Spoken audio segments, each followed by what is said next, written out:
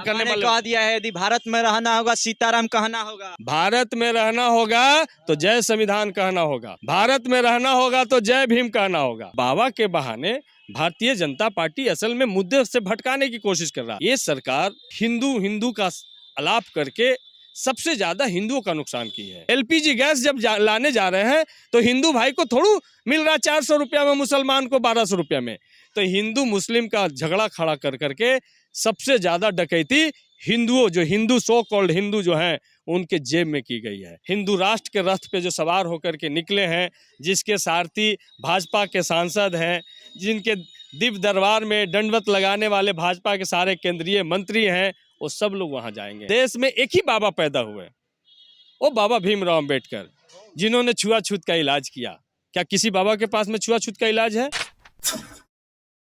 बागेश्वर धाम के पीठाधीश धीरेन्द्र शास्त्री का बिहार में आगमन हो चुका है और इस दौरान उन्होंने लोगों की पर्चियां भी निकाली। तमाम तरह का विरोध हो रहा था, तमाम तरह की सियासत हो रही थी बिहार की राजनीति में। जो महागठबंधन के तमाम दल थे, धीरेन्द्र शास्त्री का विरोध कर रहे थे। तेज प्रताप यादव ने कह दिया था कि अगर यहाँ आते हैं नफरत फैलाने का काम करते हैं तो उन्हें जेल में डाल दिया जाएगा, आडवाणी जी जैसा हाल कर दिया जाएगा। और बाबा ने साफ तौर पर कह दिया है कि हिंदू राष्ट्र की ज्वाला बिहार से ही जलेगी। इस मुद्दे पर हम बातचीत करेंगे।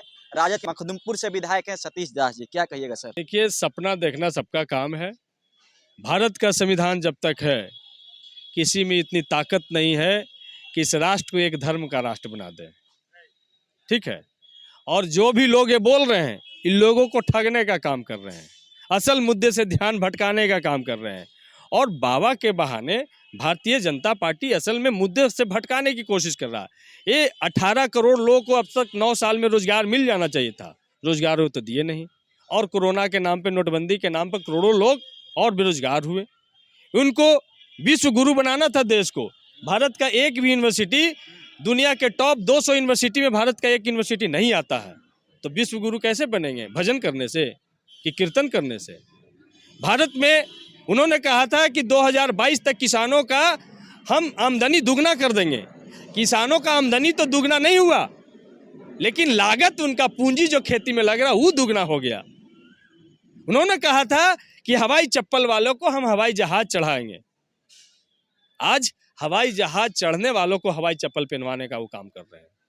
देश के तमाम हवाई जहाज को उन्होंने बेच दिया। तो इसलिए असल मुद्दे से इस देश को भटकाना चाहते हैं।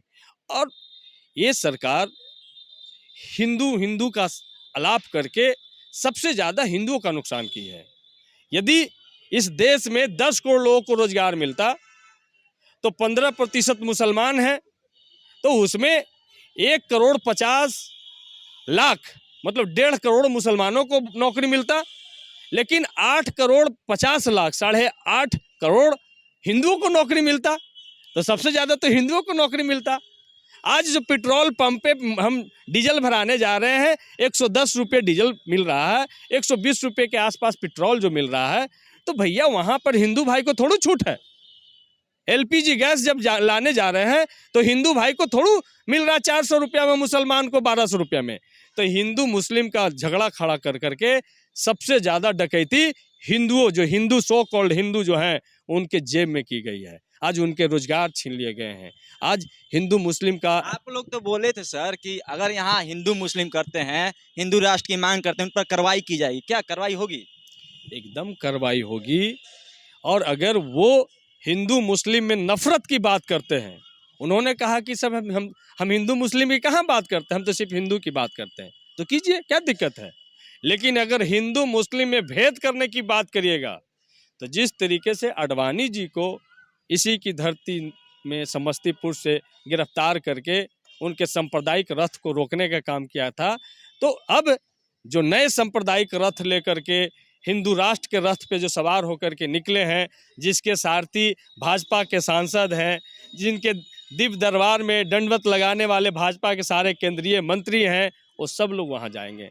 इसलिए जब बाबा साहब, इस देश में हमने साफ साफ कहा है कि इस देश में एक ही बाबा पैदा हुए, वो बाबा भीमराव अम्बेडकर, जिन्होंने छुआछूत का इलाज किया।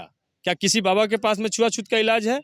जिन्होंने ऊंच नीच का इलाज किया, उन्होंने किया। जिन्होंने महिलाओं को शिक्षा पर काम किया, जिन्होंने देश में RBI जैसा रिजर्व बैंक बनाया जिससे मुद्रा पर नियंत्रण रखा जा सके, जिसने बाबा साहब ने निर्वाचन आयोग बनाया जिससे स्वतंत्र तरीके से इस देश में चुनाव हो सके। इस देश में एक स्वतंत्र एजेंसी सीबीआई बनाई गई जिसका आज गलत इस्तेमाल हो रहा कि यदि कोई भी सरकार में भी बैठा हुआ लोग यदि जनता से वादा खिलाफी करते हैं, उनके संसाधन को लूटने का काम करती है, किसी चंद पूंजीपतियों के हाथ में बेचने का काम करती है, तो सीबीआई उस पर काम करेगा। तो ये तमाम संस्थानों को खड़ा करने वाले कहा दिया है यदि भारत में रहना होगा सीताराम कहना होगा कुछ दिन में। भारत में रहना होगा तो जय संविधान कहना होगा, भारत में रहना होगा तो जय भीम कहना होगा, समझे? सीताराम से क्या दिक्कत है भैया? जिनको बोलना है बोले ना, लेकिन जय संविधान से क्या दिक्कत है? जय संविधान भारत में रहना ही। बाबा भी यहाँ प्रवचन करने आए हैं, तो संविधान नहीं होता तो बाबा को प्रवचन नहीं करने दिया जाता।